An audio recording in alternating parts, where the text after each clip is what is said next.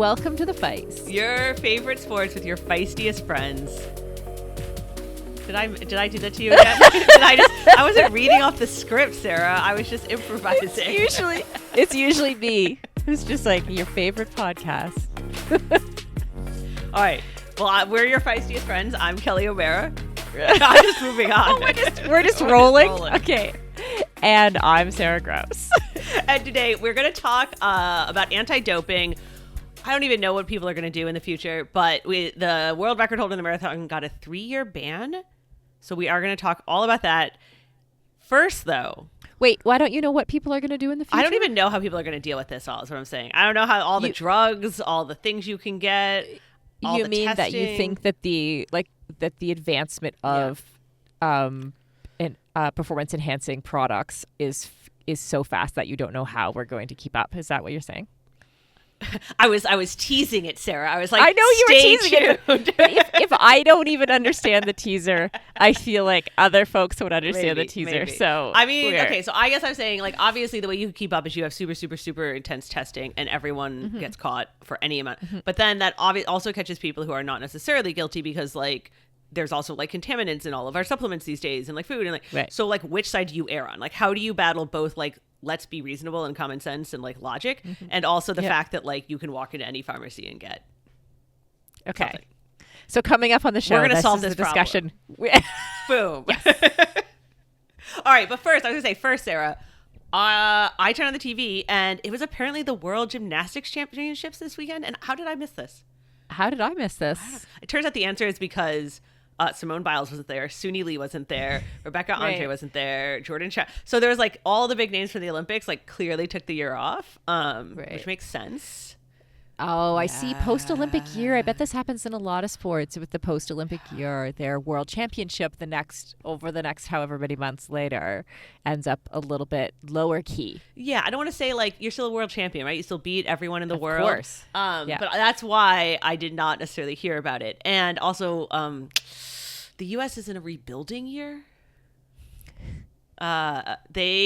Gymnastics-wise. They got 2 medals. They got a silver in the all-around from Leanne Wong, and they got a bronze in the vault from Jocelyn Robertson. But that's like, I don't want to say worse because worse sounds like a bad word. That is the least good the U.S. has done at a world championship in like 20 years. Yeah. Okay. So there's like some young up-and-comers that just now have to like develop over the next 3-year cycle here. So in case you were wondering, the U.S. Gymnastics powerhouse, though, that we are, has had a medalist on the podium in the all-around, in the women's, like every year for 28 years or something like that. It's crazy. Wow. Yeah. And so Leanne Wong kept that up, right? Like she got a silver in the all-around. Oh, okay. So good, like she kept up our streak. Okay. At least we've got one. You have one tradition still going. Yes. In gymnastics. Yes. Okay. So anyway, I did watch a little bit of that though, and they're still like crazy. Even when it's not Simone Biles, like it's still crazy. It's crazy. I mean, gymnastics is just incredible. No matter, even the B team, even the people that I see at my local gymnastics, because I do gymnastics. Are you still once a week. Taking gymnastics classes? I am. Okay. I do. Yep, I do. I'm learning to do like a front flip, like tuck. And, we practice like cartwheels and getting better at stuff like that. I'm practicing working on my handstands and my muscle ups. But like even things like that, like honestly, it's just, and then there's other people, of course, in the gym who have had a lifetime of gymnastics who can do these insane tumbling things that I can't even imagine. And they're not even close to being Olympians. So it really is one of the most impressive sports. And one of those sports where I start to wonder, like that deeply ingrained bias, like, around men's sports. Like how did sports like football, basketball, soccer, like these things are very skilled also, but like how are they more skilled than gymnastics? Right, like why did those become the men's sports? Like how did those become more popular? Like gymnastics is way more interesting in some ways. Sure. Like you could make that argument. I'm not sitting here ready to make that argument, but I'm just saying but you could. One if you wanted could to. Easily. Yes. It is funny though, because like to your point, like I went to the figure skating national championships one time, and you're like, holy shit, the person in like the second group like doesn't even make the final group of 6. So it's like 7th best in the US. That's like that's really good to be like the 7th best in the whole country. And they don't look like you only ever see the Olympics, right? Like that person does not look in that tier. Cuz then like the US wasn't even like the best figure skaters at the time, you know? So there's still another tier above that to be like a medalist. Right. I was like, man, I don't feel like we appreciate that enough sometimes. You're just like, man. I know. Honestly. Yeah. Like the secret skills that people have. So, you know? So I watched some gymnastics. What did you watch this weekend? Well, sadly for this podcast, I only watched the World Series baseball. You watched men's baseball? I watched men's baseball. But honestly, like I think every Canadian kind of had to in order to keep our passport, more or less. So that was, yeah. So it's been a long time since I've watched a World Series. My grandmother, the one who lived to be 107, she was a massive baseball fan and taught me everything. You know, like the reason I understand the rules and whatever. We've been to a baseball game before together. Yeah, it had been a long time since I'd been to one. Yeah, I was going to say your understanding of the rules was hit or miss, you know? Yeah, no. It comes back quickly, though, when you start paying attention again, right? And when you're explaining it to your Swiss-Scottish boyfriend, right? But anyway, yeah, so we went out for dinner, actually, and we're sitting in the restaurant, and my partner's 12-year-old son, we were about to leave, and we had been watching the baseball in the restaurant because it was on everywhere. Because Canada. Yeah. And then, because the Toronto Blue Jays haven't been in, what had it been, 28 years or something? Apparently you guys won one. I didn't think you'd ever won it. We did. I remember when I was a kid. kid. I guess, yeah. Yeah, I remember them winning. Again, I don't remember what year or anything like that. Anyway, so we're watching the game, and it was like the bottom of the 6th on Friday night's game, and we were about to leave the restaurant, and my partner's son was like, hey, like the Blue Jays are hitting. There's 3 people on base. It's kind of a big deal. 3 people on base and 0 outs. We should probably stay. Right? Like it was amazing. And then it was like, then they went on to get a grand slam and another hit with like another 2-hitter. And so, or 2 double is runner, what it's called. A double. Anyway, it was like one of the most it was crazy. I think it was like the most high scoring inning in like World Series history or something. So yeah, luckily we knew enough to stay. Actually, we only stayed until like halfway through the amount of points that they got because we kind of thought, oh, we've seen it all. And then we went home and we're like, oh, they got a whole bunch more runs. I don't all the same understand inning. People who leave games early. Well, we were out for dinner. We weren't like we didn't go to watch the game. I'm just saying. We were like, let's watch the rest at home. Fine. I don't understand people who leave games early. If you're one of these people, you need to send us a voicemail because you paid for the ticket, man. Like, get all your money's worth of entertainment. Right. I don't get it. Yeah, definitely. I'm with you. I was at a baseball game with some friends. I don't know, in the past year, and people were like leaving, like in the stands. People were once it was a foregone conclusion who was going to win, or once they felt it was a foregone conclusion, then. And I mean, I'm giving you, I find baseball painfully boring, right? And if there is a sport I would leave early, it would probably be that one. But I still just don't get it. Anyway, don't understand. You miss, and then you're going to miss if there's something exciting at the end. Yeah, exactly. Or at the bottom of the 6th inning. Either way. The other thing I saw from this weekend, though it was not fully on TV because swimming is not always on TV, but I kept getting all these notifications about another world record in swimming, so many world records being broken in swimming. I was like, what is going on? And so I tuned in, and apparently it was like the last swimming World Cup of the season. They had a little like 3-meet series in October here, and you got $10,000 after the World Championships last month, and you got $10,000 for breaking world record, and you got like $10,000 for winning all 3 meets. So people were just like racking up the money, because there was like 5 world records. The 2 big ones, though, Sarah, somebody broke Katie Ledecky's 800-meter world record. They swam 7:54. Lanny Pallister. 7:54 is oh my goodness, very fast. Now this is short course yards. No, sorry, short course meters. Toronto? Meters. Yes, Toronto was the place to be for sports this weekend. So wow, okay. Short course meters from 7:54, and then Kate Douglas became the first woman to swim under 50 seconds for the 100 short course meters again. She swam 49 like 0.9. Anyway, 49 seconds for 100 is insane. That's insane. This is what I was telling our like work group chat thing. I was like, one time I swam like a 104 and in yards, And I almost passed out. I had to like lay in the car for a while before I drove home. A 104 in yards is pretty good. Yeah. But it's totally the same as a 49-second in meter. In meters. Very similar. Very similar. Yes. So, in that you both gave your extreme effort. right. So kudos to all of the people that set world records, especially those two.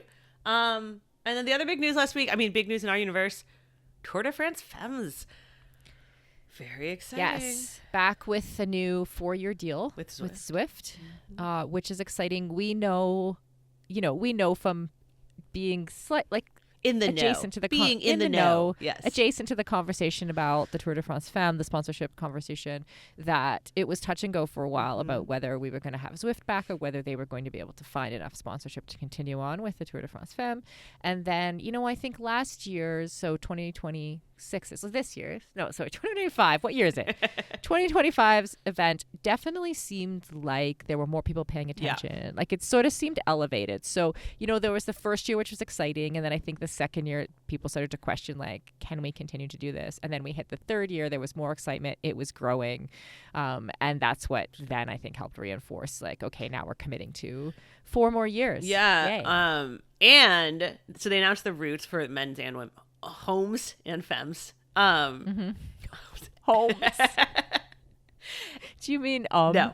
And the women, they get to do, but they've put Mont Ventoux in, which is the one that like everyone's been like, let them ride Mont Ventoux. So it's going to be all decided.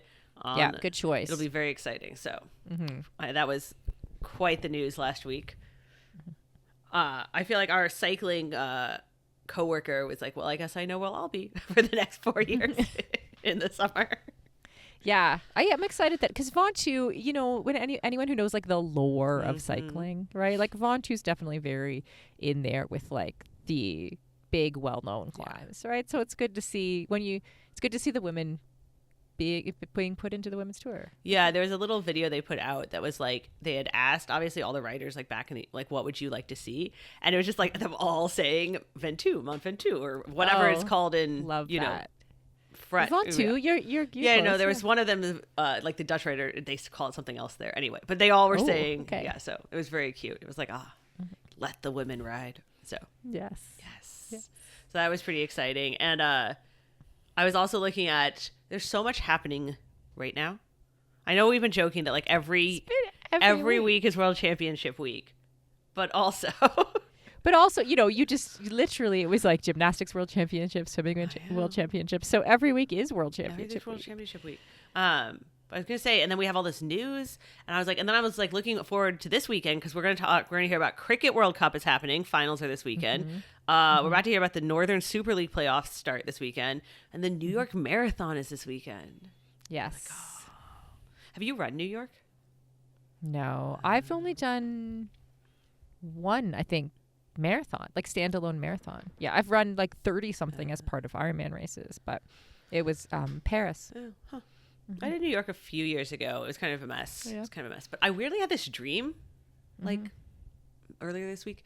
I guess we're recording this on Monday, so it must have been last week. But leading up to the New York here, where somehow in this dream I was working it, which isn't that weird. And then someone was like, "Oh, do you want to run? We can get you a start."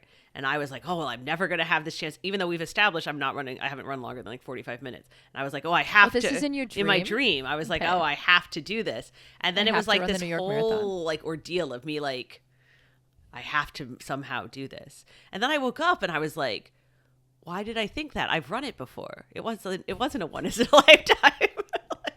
How many marathons have you run? Like outside, like standalone ones outside of Ironman. 5. But I've also not finished like half of them, which is its own thing. Half of the 4 or 5. Yeah. So how many have you? So you finished 2. One more. So I finished New York in 2022. It was right after I quit my old job and things were kind of a shit show. But we had deferred. Anyone who knows the story knows, like, so my husband and I were supposed to run it. He had brain surgery instead. We deferred. Then the pandemic hit. So so they deferred us again. So it was like, okay, we're finally going to run it, 4 years later. And yeah, it was not, you want like your fairy tale ending to that. but Yeah. it doesn't work. But you just ran. I just ran it, and it was like really hot, and so it was, you know, like when it gets really hot in marathons and everybody's like kind of delirious. Alicia Montano, the 800 meter like Olympic medalist, runner. Yeah. So I like run by her, and she's stumbling, and I'm stumbling around, and someone had like given me a bag of ice, some random spectator, and I'm like, here, take my ice, and she's like, go on without me, and that was like, I feel like where we were at. Alicia Montano was running the New York Marathon with you. Well, I'm not like I just like passed her because she was running it with like the regular people as a 3:20 or whatever we were running, you know, 3:50. Yeah. And so I passed her, and she was also delirious, just like me. Okay. And there were people That's so funny. handing out and she ice. was like, go on without me. Well, because we ran together for like a couple minutes, but I just like, it was like, take my ice. It's like, I might not make it. You need to go on without me. Save yourselves. So it was one of those kinds of days. I see. But people tell you it is massive. If you've never done it, it's a whole thing. It's a whole like production. It's hard to imagine 55,000 people crazy in one marathon. So last year it set the record for the biggest marathon ever, finishers, and it was like 55,000 and something. I should look up the right number. 55,646. But then it had like a couple months before, like London Marathon had been the biggest ever, and then before that was like Berlin had been. So it's like every marathon was just getting bigger and bigger and bigger. Which like can't go on forever, right? Like one would think. One would think that no, it can't. I do think, does New York have different start points, like the way that is it Boston that does that? Boston does not have different start points. Berlin, I believe, does, and they merge. Yes. So New York, they don't have different start. Like they all start. You start from one side, but the routes do kind of like diverge. I'm making hand motions. Okay.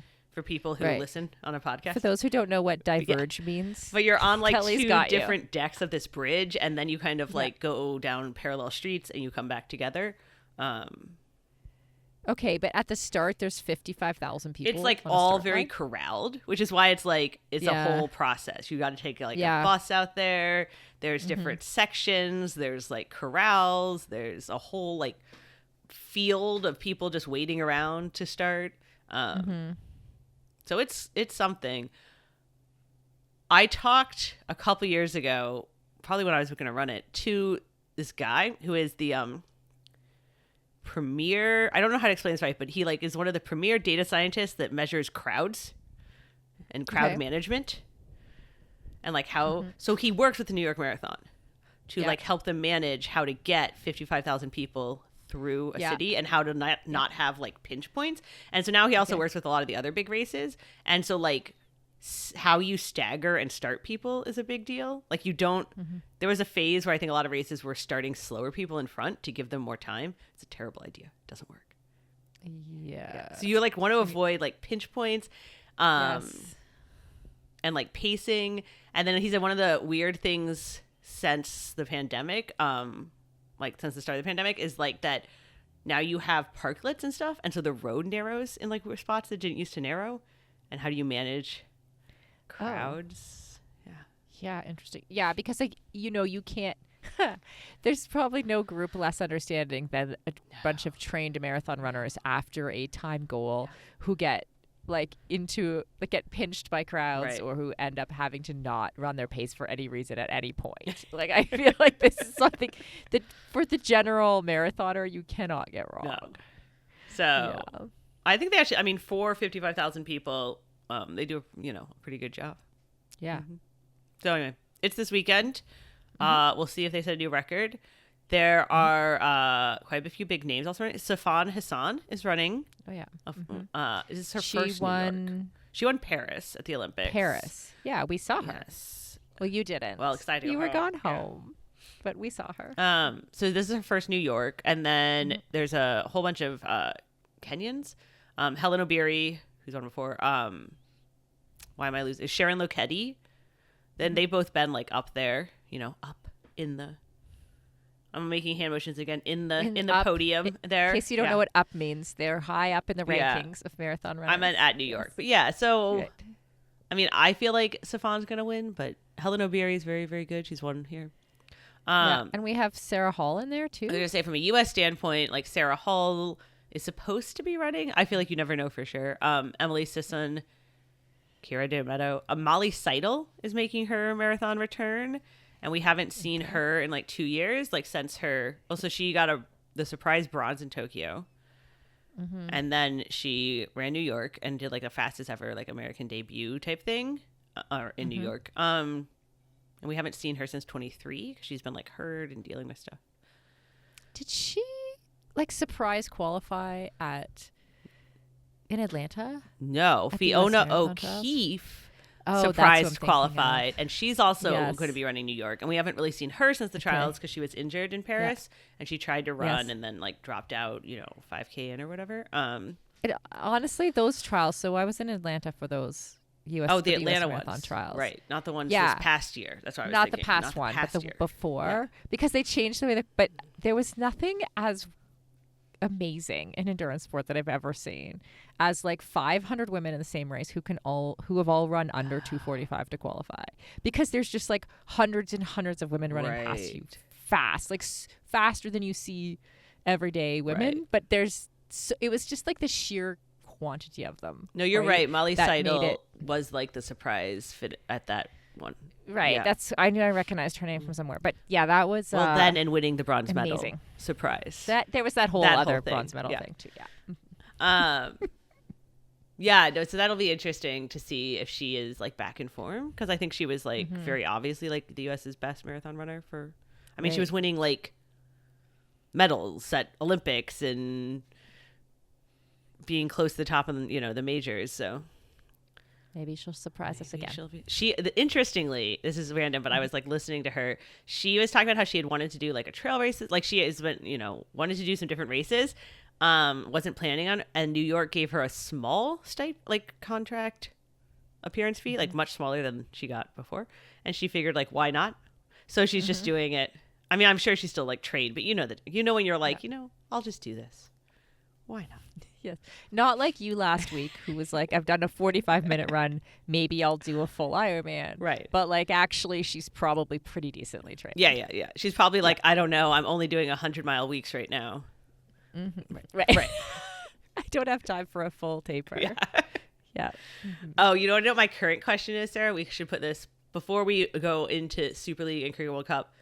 My current question is, I have my lottery stones for UTMB. Everyone knows about this. We talked about this a few episodes ago. I have to put them in at the end of December for next year. I can put them in for either the 100-mile or the 100K. I had been like, of course I'm going to do the 100-mile, right? If I'm going to go there, I'm going to do the whole thing, life bucket list event. However, I am still only up to jogging 45 minutes. The voice of reason is kicking in very early. And I'm like, well, if I was like still the slope was still going up on the training, I'd be like, I can get there. But I like got sick and I crashed my mountain bike and I have a bruised rib and like, it's not accelerating quickly. So the votes are split, because half the people are like you said, don't be ridiculous, do the shorter one. And half the people are like, it's already 100K. And you're going to be hiking mostly anyway. What is like 12 more hours of hiking? Wait, votes are split. So who is voting on this? On what distance Kelly should do? I don't know. Do we need to open it up to our podcast? Yeah, that's listeners? what I'm saying. So people should let us know what they think. But I would like to know who's voted so far. Like Steve. Yeah, well, Steve was actually like, he's on the camp of I should just do the 100. I actually have had two different people who used to coach me vote, and they're split. So they both said they both said opposite things. So. I know who these people are. No, you actually don't know all of them, but I don't. Okay. But so my vote would be for the 100K, but not for the reason of like, don't be stupid, right? But for the reason of, in years of knowing you, right, you've tended to like aim for like the furthest thing that you could possibly even be prepared for. Right? So there's part of me that's like, what happens if you do 100K, which is still a very, very long way, and try to prepare properly for that? Yeah. It probably goes just like a little mediocrely better. I don't know. So I've been split on this. I've been up and down. I have like 2 more months to decide. we'll see how it goes. But mediocrely better could be all the difference. Should we actually go well? Yeah, because you're actually a decent athlete. This is what everyone. So this is how everyone keeps. When you're stretching yourself so thin, it's like we don't get to see that come out because you're just like, oh well, I'll just run 100 miles next week. Like, so, yeah, podcast votes can come in. Okay, send us a voice memo about what distance Kelly should do at UTMB. Is it the 100K or the 100 miles? We do have a voice memo this week from our colleague Maya about the Northern Super League. So she's been going to a bunch of the games in Calgary, kind of following it all season for Feisty. And so we asked her to send us in a little, like a voice memo of where things are at with playoffs starting this week. Hey, it's Maya from Feisty checking in to let you know everything that's going on with the Northern Super League playoffs. So, first of all, the regular season has ended and AFC Toronto won the regular season. So they took home the first ever NSL Supporters Shield, finishing off the season with 51 points. Following them, we had the Ottawa Rapid with 39 points and the Vancouver Rise also with 39 points, tied for second and third. In fourth place, we had the Montreal Roses with 36 points, and then Calgary Wild with 29 points, and the Halifax Tides with 16 points. So the top four teams make it into the playoffs. So Calgary and Halifax, unfortunately, did not make it in the inaugural season. So what this means is that we're going to be seeing two semifinal matchups, first and fourth, so AFC Toronto versus the Montreal Roses, and then second versus third, so the Ottawa Rapid versus the Vancouver Rise. So how this will work is that there will be two games for each semifinal, so each team will get to play a game at home and each team will get to play a game away. These games will start on November 1st and end on November 9th. And the way that this works is the total goals scored between both games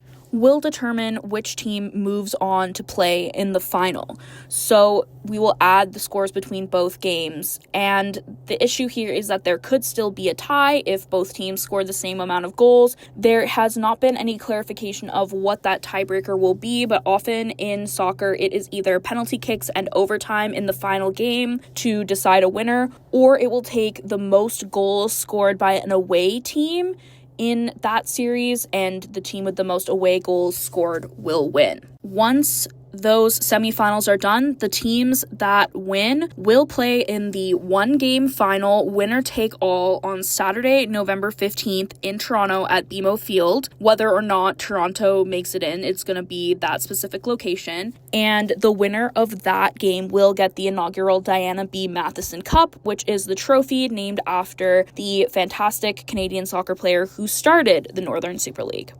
Now, who will win? That is something we don't know the answer to. Obviously, AFC Toronto had a fantastic season coming out of the regular season with more than 10 points than the second place team, but it's the playoffs, so anything can happen, and we'll see who ends up taking home that trophy. The league also released 3 of the annual player honors that they'll be giving away. The Golden Boot for the top scorer went to Delaney Bay Pridham from Ottawa. She had 18 goals on the season. The assist leader was Esther Okoronkwo from Toronto, who had 7 assists throughout the season. And then the NSL Golden Glove, or the top goalkeeper award, went to Morgan McCaslin from Vancouver, who had 9 clean sheets.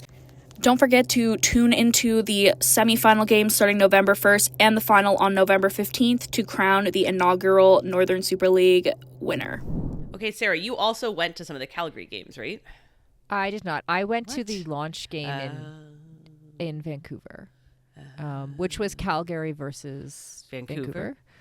But yeah, I actually very much appreciate Maya giving us all the absolutely accurate details about how the play works and stuff like that. I thought it was super interesting how now the playoffs are a total number of, because it's sort of weird. Like if they're playing 2 games, like they're each playing 1 game at each of the teams, like the first team is playing the 4th, 2nd, 3rd, which is very common in playoffs, but then they're just each playing 1 game at each of the teams' homes, and then counting up the total number of goals. Very weird. And that's it. Very weird. That was like, what? So it's going to be interesting to see how that plays out, and then we're still uncertain about how the tiebreaks, which is work. Kind of okay. So there's parts of me sometimes that I'm like, I get it, like women's sports, we don't have to do things the way men's sports did. We can reinvent, but sometimes I'm like, we don't have to reinvent everything. Right. Yeah. Or we could have played 3 games. Right. We could just do some things the same. Like but playoffs being an uneven number of games pretty normal. feels like something that should be standardized. But anyway, we'll see what we get out of that kind of shakeout. And then the final games being played in Toronto, regardless of what the teams are. So yeah. Okay. It is playoff season for NSL, for the NWSL. Athletes Unlimited volleyball is happening right now. So there's a lot of like playoffs, kind of the World Series, like we said, it's playoff season before we get into winter sports. So yeah. And Kelly, you did manage to find someone who knew about cricket more than us, which I was very excited to hear. Well done. Because it is also Cricket World Cup right now. So as you are listening to this, on Wednesday is one of the semifinals, because it's like really early our time in the morning. And then the other semi is on Thursday, and then this weekend will be the final. Sunday, I need to double check that. In India, which is like 2 a.m. here. But it's okay, Sarah. The games last like 8 hours. Right. You can miss the first 6 hours. It's fine. And wake up and then watch the ending, which presumably is the most exciting part. Yeah. It's Australia versus India in the semis and England versus South Africa. And so, we got a lovely, what's the word I'm looking for? Explainer from Mithali Das, who is the coordinator for the women's kind of pipeline and teams for U.S. cricket. And U.S. cricket is still on the development trajectory, like they're still growing. So she is like helping kind of build that, and her daughter plays for the U19 team, which they're hoping kind of as the Cricket World Cup, we know that they've had a massive increase in prize money to 13 million this time. They also are going to go up to 10 teams next World Cup. So they're really trying, and one of the ways you get into like the U19 World Cup, which they launched a few cycles ago, is to have a women's pipeline. So they're really making an effort to kind of grow the women's side of the sport, which is great. So Mithali told us all about it. Mithali Das, the volunteer coordinator for USA Cricket for the women's teams in the southern region. Tell us how you got involved with cricket. What is it you like about cricket? Yeah, so coming from a country originally, coming from a country where cricket is a religion, definitely, was very passionate about watching it. Didn't get a chance to play myself. So when I migrated to this country and just have a daughter who was interested in playing the game, we started looking out, and that's how I got involved with the USA Cricket when they were looking for uh, some volunteer coordinators. That was in the year 2021 when they started something called the Women's Pathway, which was basically to grow the cricket in the US under the International Cricket Council, which is the international body is called ICC. International Cricket Council, and USA is one of the countries who are called an associate nation. They're not a full nation. So they're still growing, they're still in their infant stages. And in 2021, they started this women's pathway to grow the cricket. So that's how they made some regions. I come from the south central region of the country, which is pretty much Texas and around. And so I volunteered, passionate about the game, have a lot of knowledge about it, and definitely wanted to contribute back to the society. So that's how I got involved. And how is cricket growing in the U.S. and with women? Are we seeing a lot of growth? Yes, we are seeing, when we say that the first time in 2021, if you see the number of registrations, they were pretty low, right? And we knew exactly who's going to come and who's going to be the player. But since then, like 2025 has been a real surprise. We've had almost like 600 registrations, which was pretty big. And we were like, how did that happen, right? So definitely I would say it's the younger ones who are coming up, right? And when I say young, they're as young as 8-year-olds, right? So 8-year-olds signing up and 9-year-olds signing up, and they want to grow and play. At this age, they do play. They do play with the boys. They don't have single women's like girls teams, right? Underage, say we have the under 10 teams, under 11, under 12, under 14, and the girls are playing along with the boys in the youth cricket. So Okay. the youth cricket, we can see that yes, youth cricket is really growing. The boys are in big numbers, and the girls are absolutely coming in there shoulder to shoulder, and now they're part of the boys' team. Oh, For okay. the so when you want to play for the women's pathway in the US, you have to be 13 plus. Mainly, it's because of the safety rules, right? So the cricket ball is a leather ball, and it's pretty hard. So and you have to be equipped with all the safety equipment, gear, and age group cricket wise. 13 plus has been the age group decided by the USA Cricket Body, and that's how anybody who wants to play under the USA banner, starting from that age group, they have to be 13 plus. But before that, they can definitely play. They can play the youth cricket. And you said, I mean, the U.S. didn't have a team right now in the current like Women's World Cup. You said it's in its infancy stages. Do we have like a women's team that competes Oh, internationally? Yes. yes, absolutely. So USA cricket has been involved for a while. Definitely, I would say the American born cricketers who have an immigrant backgrounds. I would say the English, Australians, English, South Africans, right? Indians, Pakistanis, or if they come from the Caribbean islands, right? So they all have a history where their original country does play the game. So those women have been around if they migrated here for education or for a job and they were already playing that sport. That's how the team started when the first United States team was formed. So there is a United States men's team, there's a United States women's team. And the good part is now that it's grown comparatively and they're competing internationally, they have gone to, I wouldn't say the senior women haven't gone to a World Cup because they haven't qualified, but they have gone to the qualifier level. So Okay.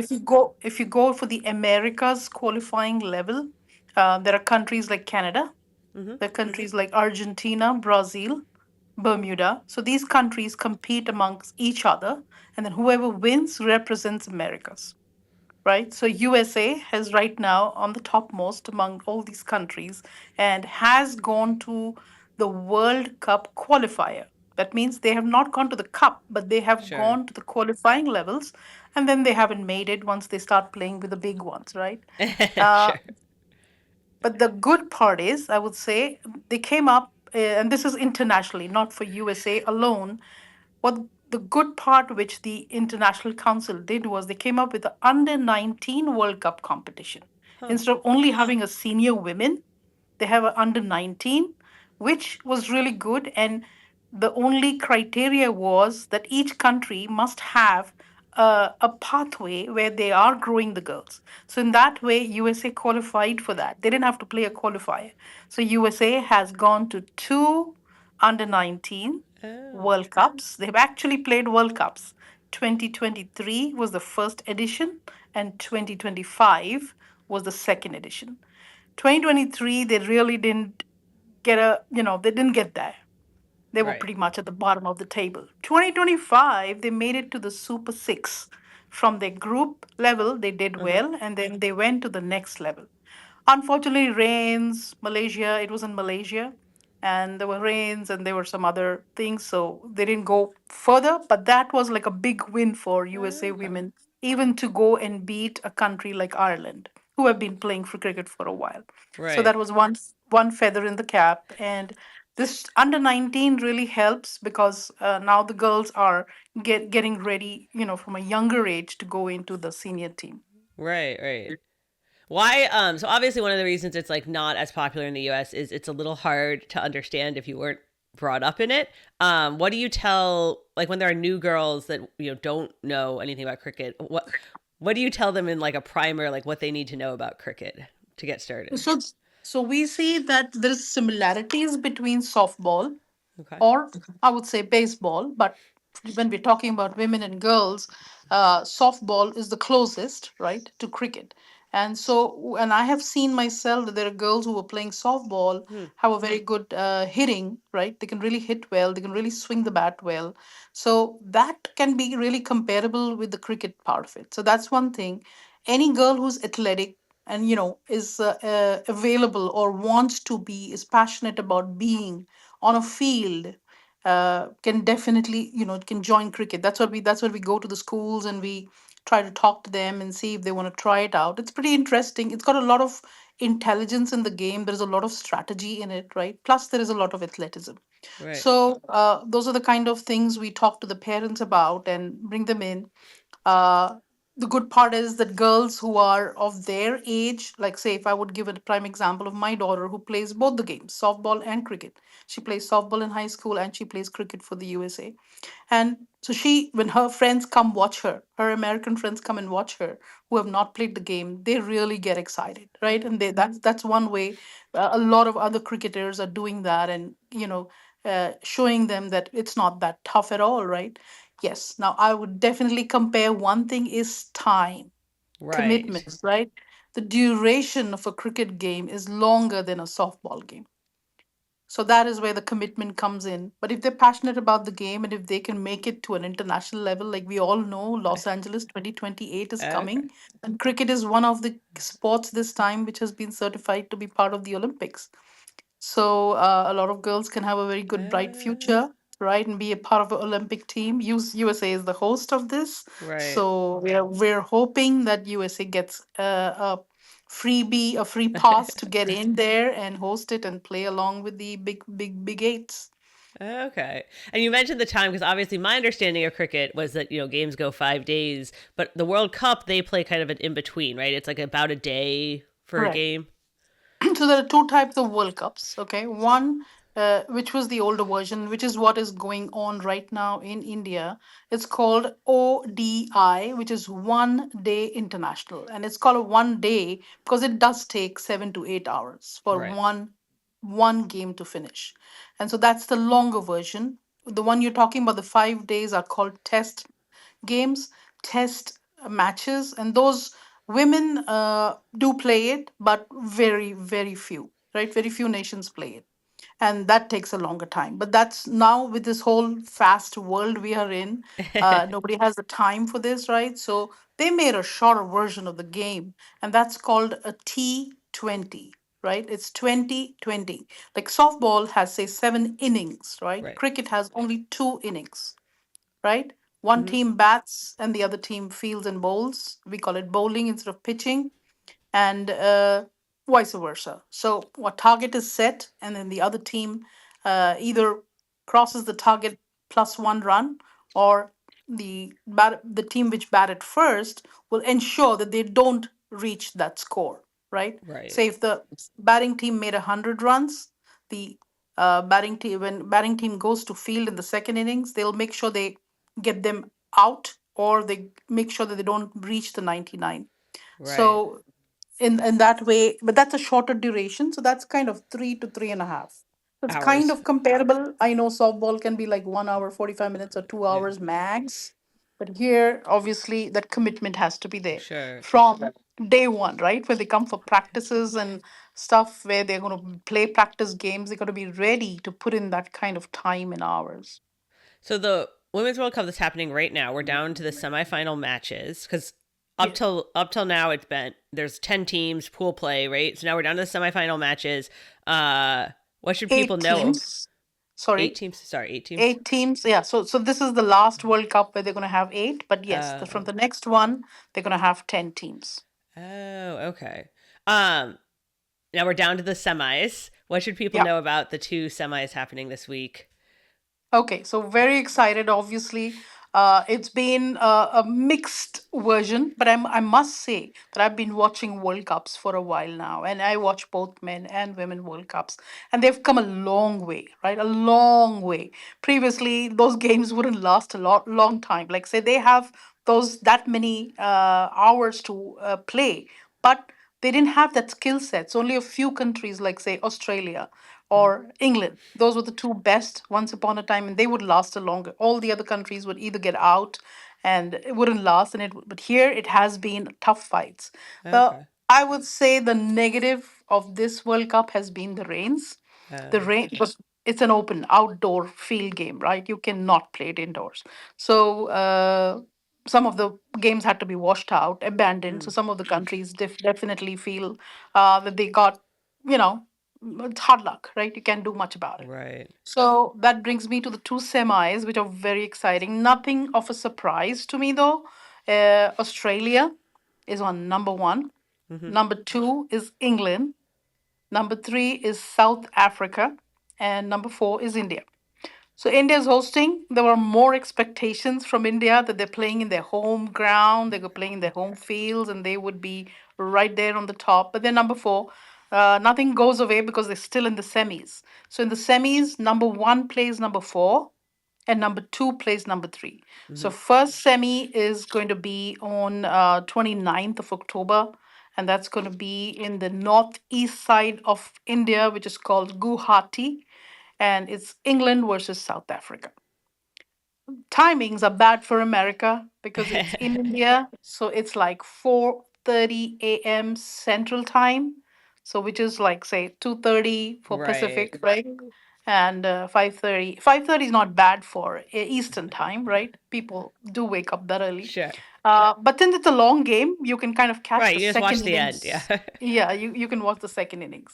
Second semifinal is between Australia and India. So Hmm. that's going to be in Mumbai, which is on the west coast of the country. And what has happened in this World Cup, definitely being in India, with the kind of crowds they're getting, that has hit the record, Yeah, right? I heard So that. this so the last game where India and New Zealand were fighting for the last position in the semis. It was 24,000 people, which is a big record for a women's cricket game, even in India. Sure. Yeah, they also have record prize money this time, right, for the women. Oh yeah, absolutely. You hit that one. And when I saw that news, I was like, "Holy cow! How did that happen?" 13.88 million, right? So almost Yeah, 14 million in the kitty. Out of that, the winning team's getting almost $5 million US dollars. That is big money, and this is like 275% more than the last World Cup. Oh, so the World Cups happen, the every. ODI, which I said, like the one which takes 7 to 8 hours, happens every 4 years, Hmm. right? It doesn't happen every year. So the last one which happened, uh, obviously because of COVID, it was not in 21, it was in 22, Sure. and Australia won that, and they didn't win this kind of money. They did even that $1 million then was big, right? But now to get $5 million, and the runners up are gonna get $2.24 million. Wow. That's a lot of money. They did Sure. a good job that every team who is participating is getting $250,000, right? Just for participating. Hmm. Then every league game they won, they're getting another $35,000. So Okay. semi-finalists, Right. yeah, semi-finalists are going to get a money. You came on the fifth position, sixth position, seventh, eighth. So everyone's getting something out of it. So this has been a very good thing which the ICC, the International Cricket Council, uh, went ahead and did it. And I think now because of the sponsorships, and it's becoming a big thing around the world. Yeah. So Awesome. Yeah. yeah. And who? Okay. Last question. Who are you rooting for then in these semis? Oh God. So there are two obviously. My heart goes, obviously. I'm born and brought up in India, so my heart is with India.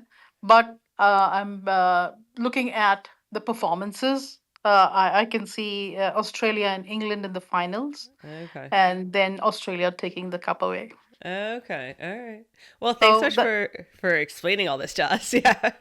no worries. This is too short a period Sure. for such a lot of information. And then me being passionate about it, I won't stop talking about it. So we can have this chat again, and let me know whenever you need any more information. But I enjoyed talking to you. Great. Thank you very much. So it might have. I don't like. She mentioned it in there, and it might have got missed.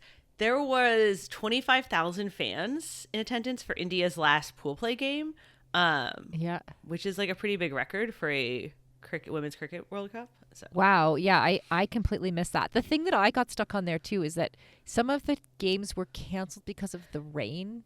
Is that like I didn't really understand how the whole rain thing worked, especially after she explained about like the length of the games and stuff. So like they're out there for 7 or 8 hours.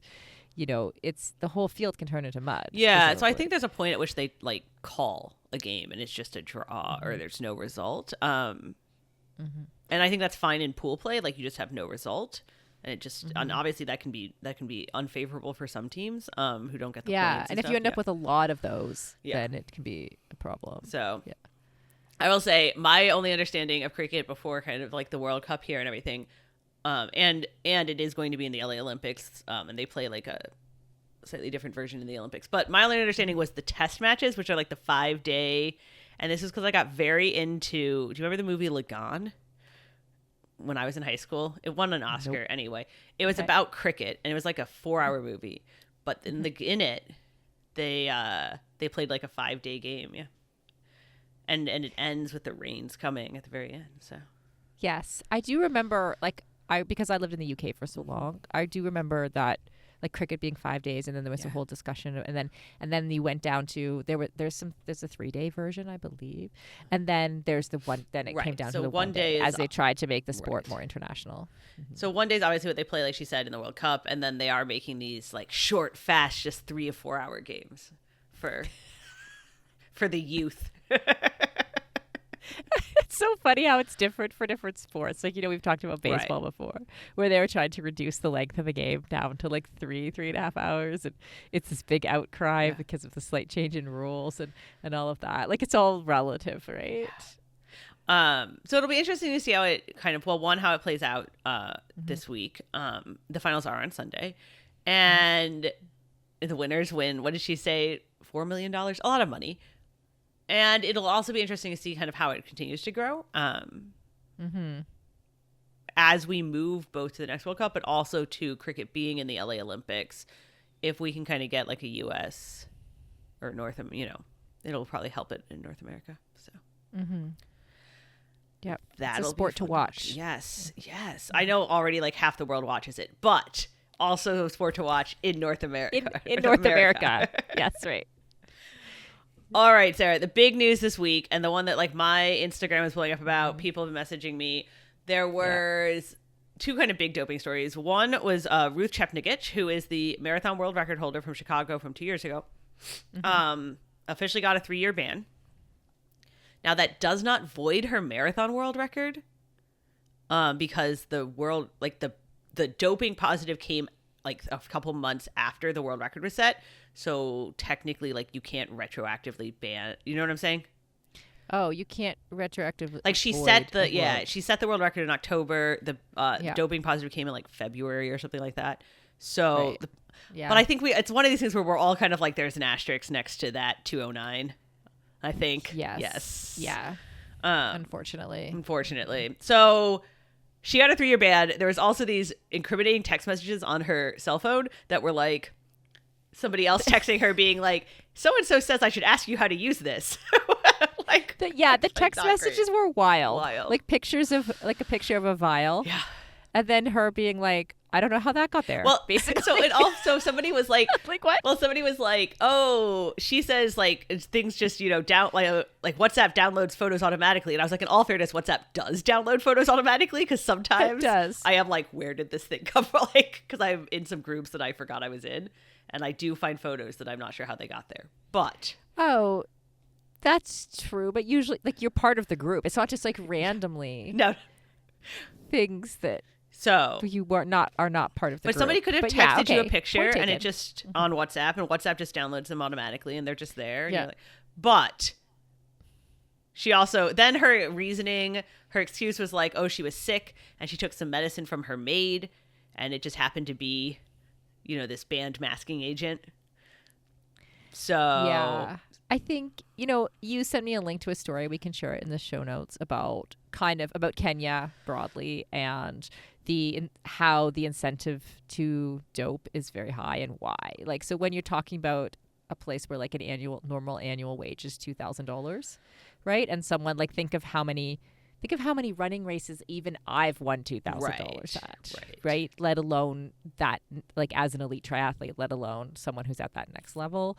You know, you can easily, you're like doubling your family's income by going to France and running a low-key local race. Like, that's when I really started to, that really put it into perspective for me in terms of like the risk reward and what you'd be willing to do, and even what you'd be willing to, like, okay, you get caught, but you know, how much money did you make in the process? And or even like risk your health. Like this was a big investigation that you're talking about from the New York Times, but there was a big story from the Wall Street Journal a couple weeks ago about college recruiters going to Kenya and Ethiopia and running these like trials, and a kid, I'm saying a kid because he was like 17, like dropped dead at one of those trials a couple of years ago because probably because he was taking something, right? Like, you don't just drop dead randomly as a 17-year-old running a 5K. Usually not. Yeah.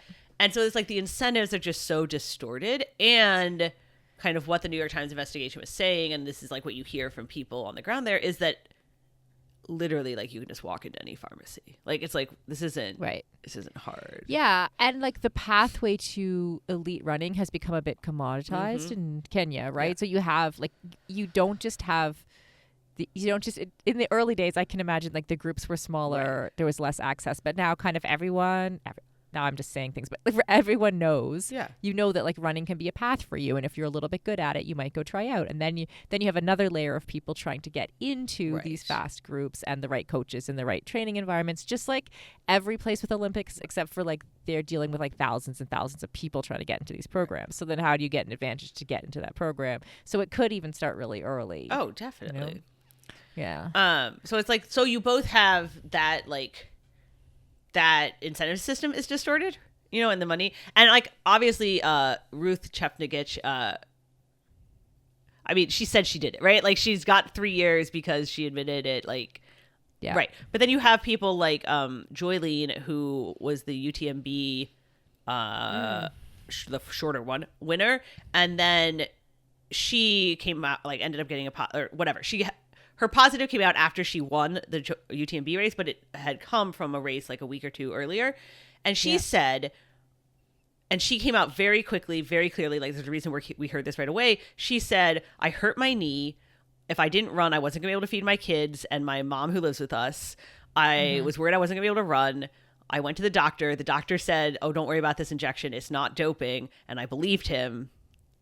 Like, and that was and she said, like, that was my mistake. I shouldn't, like, and like, sure. But like, I'm just saying, like, that was the, like, what choice you going to make there. So for sure. Yeah. And an athlete, like, we're going to talk about another story next, a triathlete, but like a Kenyan athlete's just as likely also to kind of bumble or make a mistake as any other athlete as well. You also so you definitely have that factor. Do believe your doctors, and they don't know. Like, I went to the doctor one time, and they were like, oh, well, we're just going to put an injection in your neck. 'Cause I had this, like, weird scar. And I was like, well, this is when I was still racing pro. And I was like, well, I need to check and make sure that's not banned. And they were like, what are you talking about? Like, they had no idea. Yeah. And even I was looking at Joylene's statement she made. And one of the comments was this doctor being like, I give this injection to my patients all the time. I didn't realize I don't think it's doping. And I was like, oh, no. Oh, no. Yeah. So it's like, reel it back. Because it was just, I mean, it's just an anti-inflammatory injection. It's the same as like taking an anti-inflammatory, but injected. It's banned. That's fine. But I was saying, like, I don't think people actually know what's banned and what's not banned. For sure. For sure. So. Yeah. So. And still, I'm really stuck on this thing of like, it's one thing. I know a lot of folks are probably willing to cheat for the chance at like an Olympic medal or a world championship, or we've talked about before, especially if they think everybody else is cheating, right?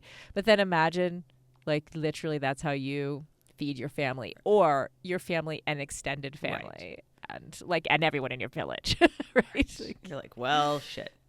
Yeah. But it's also really hard because, like, obviously you have anti-doping systems, you have testing. Testing is getting better and better and better and can pick up more and more and more. People are still a step ahead of it, and you can't test everyone. And like, most runners and athletes it's not as organized as people think. People who are not pro athletes think that it's like, it's not, right? Like, everyone's off training in their own little gyms and wherever. But at the same, so anyway, I'm trying to say, like, I understand why anti-doping has to get stricter and stricter and stricter because you have all this stuff stacked against you. Yeah. But then you also have, it now can detect tiny trace amounts that was just from contamination in food happens sometimes. Like supplements definitely happen, just like things you can buy at Walgreens or FDA, like a lot of those you can have contamination. And then the case this week was the triathlete, Imogen Simmons. She got a complete like ruling of no fault. She has no ban, like completely cleared, because the theory is she got it from sex with her partner, and he was taking this it's called like SARM, one of the androgen receptors that like guys often take in the gym to like build muscle. And apparently he was taking it. She didn't know. She had some contamination from having sex with him. Yeah. And that is like apparently that can happen. There had been other cases where this had been proven. There were other cases, yeah. Which initially, when you hear that excuse, you're like right. Because I had sex with my partner, you're like, okay, this sounds like a burrito, right? But yeah, it has happened. This is the third time that I know of. Yeah. So it's not like those things can't happen. So she got completely cleared. Like not just even a lot of times what you hear when somebody can prove that it was accidental is that then they get like the minimum 3-month or 6-month ban, which usually at that point it's taken more than that to resolve. So they just go back to competing. She got nothing. So like, and I'm not saying this like in a mean way. I'm just saying literally she gets to keep her result from the World Championships in the December that was after the test. Do you think, I don't know, Kelly, I think maybe the difference there might have been in the fact that she was able to prove that she didn't know. Somehow she was able to prove it, like, because I think that like there's two things there, right? There's okay, she didn't intend to take the substance, right? And then there's like, could the athlete possibly have known that they might be opening themselves up to this? Because ultimately we know with WADA, and this was the case, like I used to be on the testing list, right? And so like we were trained to know that like we were responsible for everything we put into our bodies. It actually becomes quite scary. Right, because if you actually think about it, you're responsible for it, but you don't have control over it. Like every time you eat out, every time you go anywhere, it's kind of weird. Every time you take a supplement, you're just thinking about things in a different way than you do if you're not on that. And they can show up at your door anytime. Right. So if you can prove, I think they probably were able to prove that she actually didn't know he was taking it. Yeah, somehow, because it's such a high, in the past historically, it's such a high standard to prove both like no fault and like somehow that you just like you could not reasonably have known. Like it's right, because I think if you take a supplement that's tainted, you're at fault still. you still have some like you might get a year. Responsibility. Yeah, you'll get a lower sentence, but like how much lower always depends on like what you're able to prove, and then obviously like what you agree to. Like some people will take a 2-year ban because they don't want to go all the way to court and they think they could have gone. Like, I'm not saying that, right. There's still like a process that you can like reach a negotiation, but to be able to prove. So anyway, I was just like, oh, is WADA getting more reasonable? Like, are they showing some discretion now and like understanding of athletes? Cause that's new. Yeah. That's an interesting question. It is. I really do think that there was something there that she was able to prove that she didn't know. Like, and I don't know how, because how you then prove that you don't know what your partner's taking. I don't know how you like prove that like without a doubt. Yeah, because I feel like the USADA head of anti-doping, who now does anti-doping for Ironman, once told me that almost always when one, like, this is like off the record, whatever, but like when one person is taking it, their significant other almost always is also doping, right? Like it's really hard to like not be doping if your partner is. But this does sound so. So her boyfriend's just like an age group amateur athlete, was just like trying to bulk up in the gym. Was just like something he bought at GNC. Like I don't think it was like anything crazy. So yeah, what I'm happy for her. Like like Imogen, she's one of those, when you know athletes. So I had interviewed Imogen ahead of the Ironman World Championships many years ago, and when she was kind of like up and coming, and when you like someone, you've met them, you've had good banter with them, and you find it really hard to believe that they would intentionally take a banned substance. So she was definitely in that category for me, where I was like I'm never going to go to the mats on like that person, no way, because you don't know what people are doing behind closed doors. But like that would have been my gut reaction, would be like, no way. Like she's just she's just this like kind of happy like person out there. She's racing. It even came out in some of the reports we're seeing now. Like she's racing because she loves triathlon so much. Like it just didn't seem to fit. It's, you know? but you obviously you never know what people. But don't yeah, know. no, I was happy for Imogen that she was able, and I am in no way saying they should have given her a 6-month ban. I was just surprised that she was able to prove it to that extent because I have known plenty of people who have had contamination cases and issues, and I've heard horror stories of like someone's able to prove no fault, but then their governing body comes back and gives them a year ban anyway, even though the testing agency says like no, they weren't at fault. Like, so it's really, really, really hard to. The standard of guilt is such that you are presumed guilty, and you have to do like crazy stuff to prove that you didn't you're not that you're not taking it. Yeah. And I don't know, to the point that we kind of started with way back at the beginning of the show, I don't know how anti-doping balances that going forward, because the testing has gotten so like sensitive, and even like the head of US ADA in a similar case where somebody had taken like cold medicine or something, right? Like something, and she got a 6-month. He was even like, the testing might be too sensitive. Like not too, he's like, we need to think about how we deal with this in the future as the testing gets more and more and more sensitive. But also people are taking more and more and more supplements and drugs. And we also know that like certain amateur age group athletes are taking a lot of things that are technically banned. Like testosterone? Yes. And HGH. And so you're like, oh, I don't know. Yeah, I think, if you could, I mean, I think Imogen Simon's like case is to your first point there about how the testing is getting more and more sensitive. Like if your partner can be taking a substance, you don't know that he, in this case, is the only way you can make it make sense, is taking, and you get it through like sexual transmission. Like, whoa, you know, like that's a sensitive freaking test. Yeah. So I don't know what the I don't know what the answer is. I am worried that it goes to it, right? That like, because you either can be super, super, super strict and like anyone, like you can go really overboard on the testing and people are banned for life. Like there's always people who want like lifetime bans. I'm not a lifetime ban person. Or you can be like, well, we're going to err the other direction and try and like be understanding. Like you know, like in the scale of some innocent people will get caught or some guilty people go free. Yeah. Where do you? I'm always on the I'd rather some guilty people go free in like any criminal justice scale. I'm going to land on that side. Right. But interesting. Yeah, I think too there might be an answer in the quantity of it too. That's in your, you know, especially if you're doing random controlled, like especially when you're doing like random testing. Like when I was in the testing pool, right? Like they could show up at my place at a certain, you have to put an hour of when you're going to be in a certain place every single day. And like they could show up any day and you don't know when they're showing up, right? So I think there's some space for maybe like the quantity. Like when you're seeing just like this tiny amount of a substance, and so like it's more likely to come from cross contamination or something unintentional than if you're seeing. I mean, I'm just talking out of my ass at this point. There's like I don't know what's I involved. think they probably take that into consideration. So yeah, I an Olympian one time told me about apparently the tester showed up during her window and their doorbell wasn't working and they didn't hear, and they only hear as they're like pulling away in the car that like and her significant other like running down the street in his boxers because you would get a missed test.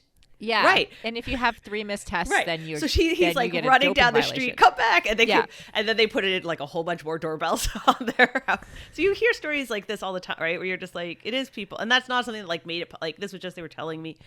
But it's like, it's not a foolproof system, right? So. Yeah, for sure. I think that they must have some way of like, if you have access to the test results from years and years and years of going, okay, so like this quantity of X substance in this number of tests, like did we judge that person to be guilty? Like there must be some data that they can use to help guide how they move forward or how you, I don't know. Yeah, you have to do random testing. Like in competition tests are a waste of money and time, right? Like random testing is kind of, random testing out of competition is very expensive. A lot of times when you do it, it's supposed to be unannounced because otherwise what's the point, right? But a lot of times it kind of ends up announced because you show up in Eldoret or Eden or wherever, and everyone in town knows. Like, yeah. So like that's what happened with me, because I'd know that if I was at home in Victoria, they're not sending testing people to Victoria, BC. Right. So I would just know. But if I was in Tucson, where a ton of triathletes train in the winter, that the chances of me being tested went way, way up just from being in a place where they actually send the testers. And they and I'm sure that's true in all sports. And it's like there's certain. So now a lot of the governing bodies and like Ironman is a WADA signatory. So a lot of the signatories, they contract with an agency that runs all their testing, all their data, all the results. So, like, they don't literally like touch any of it. And that agency has testers in certain places. They also they look for suspicious things, if that makes sense. Like if they so they do like a pre kind of investigation so I think there are ways you can manage it, and random out of competition, probably be less predictable, but that costs more money, and that's the other half of it. Is it's like how do you? So yeah, people always complain about this, but then they don't want to pay the money. It's true. Yeah. Have we solved doping? And then apparently they do also at some races, and I did not know this, but they will also test amateurs randomly, but that is almost exclusively by suspicion or report. Oh, yeah. Is that in running? At triathlon. I assume it's also in running, but like, they will also do like the winners at like the world championship for amateurs and that kind of thing. And the funniest thing someone ever told me was that amateurs are calling in tips on each other all the fucking time. Like every day they're calling the tip line and being like, this guy at my gym is definitely doping. But pros never pros know each other. They know who's a little, they don't ever even anonymously say anything. Right. So, oh, that's funny. Yeah, I believe that. Yeah. So it just cracked me up. The amateur age groupers are just calling in doping tips every day. Oh man. All right, Sarah. Okay. Do you have a feisty pick for the week? Pick of the week. Okay, I'm picking Kate Douglas, who swam the 100 meters short course in 49.93, partially because I actually, how my goal this year, Kelly, is to do 12 swims. Oh, I thought you were going to have a time goal for a second. And I was like, I didn't know you had time goals in swimming anymore. That would be wild. That would be ridiculous. No, my goal is to swim 12 times. Just physically do something that's considered a workout in the pool 12 times. So I did we did 3 when we were in Kona together. So I was at 10. Today I did my 11th. Nice. And I did some 100s and I swam 100 short course meters. Yes. Same at like 122, which I was like very proud of, because that's right now, like not considering I'm not doing any swim training. Anyone who knows swim times could maybe appreciate that that's a little bit okay. And I was very proud of myself. And 49.93 is like honestly just unbelievable. And to go under, I really appreciate like athletes, like the 4-minute mile, right? Like the first person going to the 4-minute mile, it's like 50 seconds for the 100 is kind of that kind of barrier in swimming, and under she went. So good for her. I'm going to pick Tara Dower, who won the Javelina 100 miles. She set the course record. She broke by like 30 minutes. She ran 100 miles in 13:31. And it's a big race. It's like a golden ticket race. It's a stones race. It's all the things. But Tara, she set those fastest known times last year on the Appalachian Trail. The long trail. She did the big one in Vermont earlier this year. And then she's been doing some actual like ultra running. And she's had some rough races. Like she did not finish Western States. She had a really rough race at Cocodina or whatever earlier, like last month. And I just appreciate that she just like bounces back. Like still keeps like coming through. So you like a bouncer backer. It takes something to bounce back. It does. So good for her. Nice. Yeah. All right. That's all of our news today. I was trying to think what we have next week, and I don't even remember. I think we're going to talk some more mountain biking. I'm sure there's another world championship. Positive. And then we will, all the women's sports next week.